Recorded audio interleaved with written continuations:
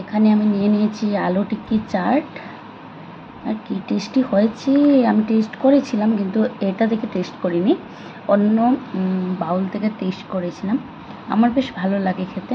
আর সব কিছু দিয়েছি যা যা দরকার।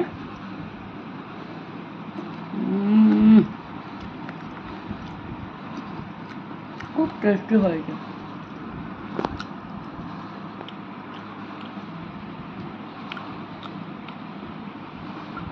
বেদানা দিয়েছি, গ্রিন চাটনি, তেঁতুলের মিঠি আচার, মিক্স চাটনি,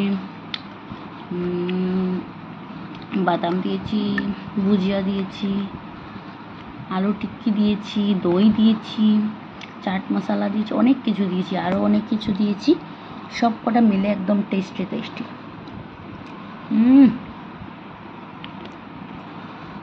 সুপার।